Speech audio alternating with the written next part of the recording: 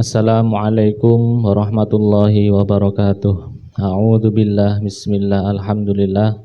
Wassalatu wassalamu ala Rasulillah wa ala alihi wa sahbihi wa mawalah, la haula wa la quwata illa billah.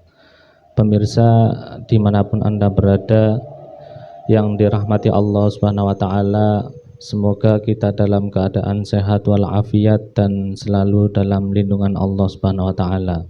Bertemu kembali dalam program acara Hikmah Kamilah Memperindah Nafsani dan Rohani bersama saya Muhammad Iqbal dan Pak Kiai Misbah selaku pengasuh Pondok Pesantren Hikmah Kamilah. Pada kesempatan kali ini saya akan membacakan satu pertanyaan dari salah satu subscriber Pak Kiai. Iya, monggo. Assalamualaikum. Waalaikumsalam warahmatullahi. Maaf Pak Kiai, Monggo. tolong dijelaskan fadilah hadis surah Yasin. Wassalamualaikum warahmatullahi wabarakatuh. Waalaikumsalam warahmatullahi wabarakatuh. Fadilah hadis surah Yasin ini sangat luar biasa. Saya ambilkan satu pendapat dari orang yang mengatakan bahwa hatinya surah Yasin itu diawali sin, diakhiri mim, jumlah kalimahnya ada 5, salamun qaulan min rabbin rahim.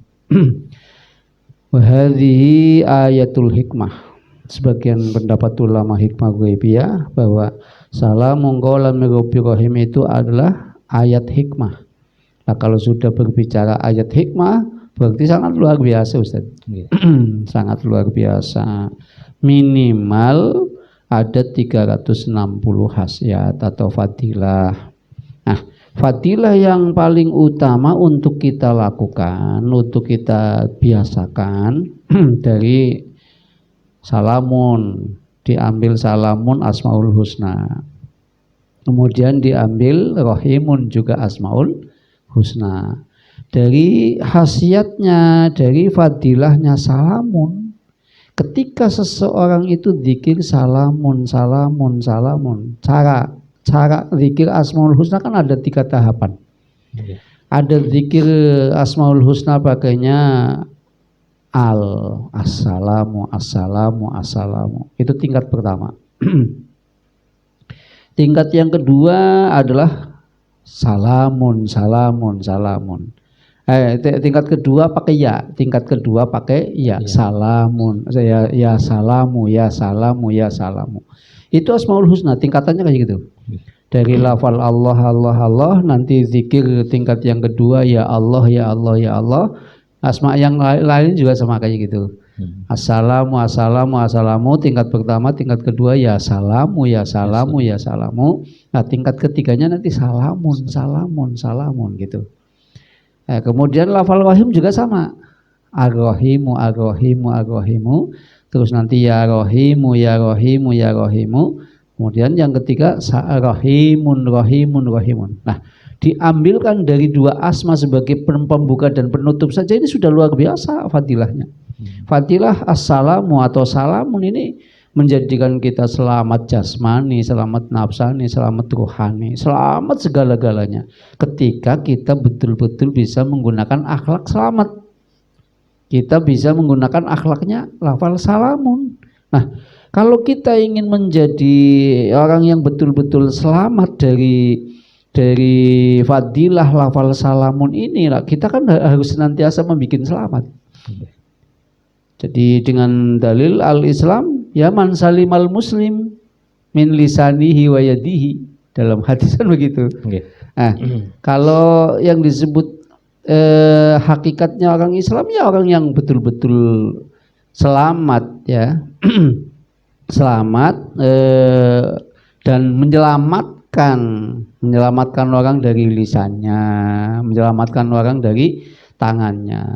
Yakni orang yang betul-betul selamat tidak menyakiti orang lain, baik dengan lisan maupun dengan tangan, dengan perilaku. Kebanyakan kita kan tidak bisa menjaga lisan. kebanyakan kita tidak bisa menjaga lisan, kita melihat apa saja langsung kita mencemooh, kita mencaci, kita menuding tidak baik. Itu kita. Jadi kalau mau mengambil fadilahnya ayat salamun qaulam min rabbir rahim, dari lafal salamnya dulu kita harus berakhlak dengan akhlak selamat, dan selamat. Kita mampu menyelamatkan diri kita, menyelamatkan sesama muslim, menyelamatkan sesama manusia. Selamat menyelamatkan dari sakit yang ditimbulkan dari lisan, selamat yang ditimbulkan dari tangan atau gerakan.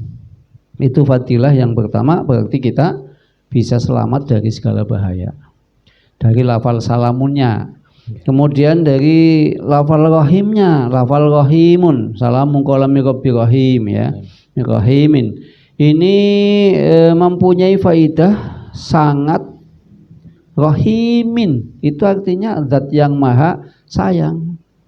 Jadi kalau orang zikir salamun qaulam min rabbir rahim, insyaallah sangat disayang oleh siapapun, sangat disayang oleh Allah, oleh siapa saja, termasuk kita.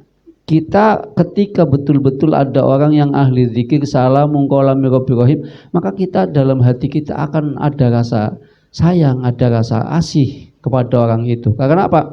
Lafal rahim itu mempunyai magnet luar biasa, mempunyai magnet daya tarik yang menjadikan orang itu sayang. Tentunya dengan akhlak kan? Tentunya dengan akhlaknya. Sebab kita menggunakan kunci doa, baik kunci doa itu bentuk ayat maupun kunci doa yang disebut ismun azam itu bentuk asma. Pada saat pembahasan hatinya surah Yasin itu kan sudah dijelaskan wafaknya kan? Nah, ini tinggal fadilah karena ada pertanyaan. Jadi dari rahimin ini mempunyai fadilah, keutamaan, hati kita bisa punya sifat sayang kepada siapapun, orang yang melihat kita pun, orang yang ahli zikir ya rahimu itu pun sangat menyayangi. Akan tetapi tentunya dengan metode zikir Asmaul Husna. Karena itu zikir ayat yang diawali dengan salamun bentuk Asmaul Husna, rahimin juga bentuk Asmaul Husna. Jadi perlu menggunakan akhlak, salah satu diantara salamun qaulam min rabbir rahim. Kalau misalkan saya pengen disayang oleh orang banyak, ya coba takhalluknya menggunakan lafal rahimin saja. Sayang kepada siapapun, sayang kepada anak, sayang kepada istri, sayang kepada suami, sayang kepada siapa saja. Hatinya tidak ada rasa dongkol. Sulit itu Ustaz. Itu sulit. Kita harus menjadi penyayang. Sampai mungkin kalau kita digigit nyamuk pun nggak boleh kita matikan, nggak boleh. Kita bunuh, nggak boleh. Karena apa? Kita lagi berakhlak dengan lafal rahimun. Iya, yang rahimun itu menurut ulama ahli ma'ani, itu kan lafal rahim adalah Allah mempunyai sifat rahmat, sifat rahman yang diberikan hanya kepada orang yang ahli taat. Kalau rahman itu kan Allah Ta'ala memberikan sifat rahmat kepada siapapun, baik yang taat maupun yang maksiat. Tapi kalau rahim khusus diberikan kepada orang yang ahli taat. Jadi kalau orang yang ahli taat itu mendapatkan sifat rahman, sifat rahmat dari rahman Allah dan sifat rahmat dari rahim Allah. Itu jadi sangat luar biasa ketika orang yang menggunakan ayat salamun qaulam min rabbir rahim dengan mempunyai sifat asih, maka orang ini akan sangat luar biasa, khususnya doanya akan dikabulkan.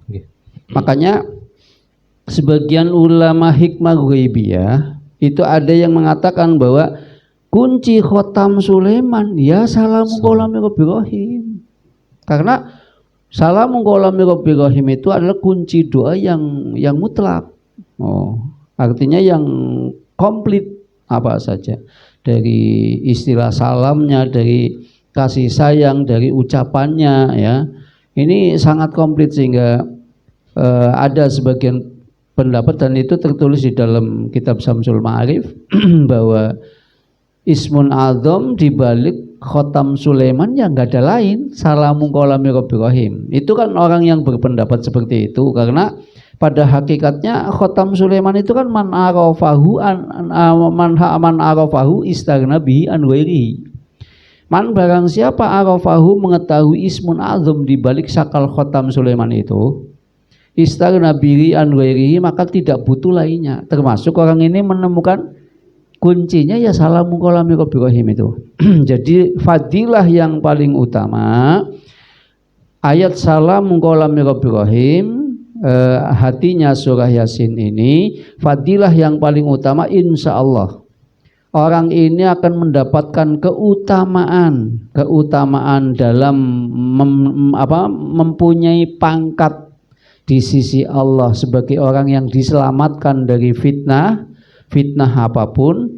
Kemudian orang ini akan mendapatkan derajat martabat di sisi Allah sebagai orang yang disayang oleh siapapun.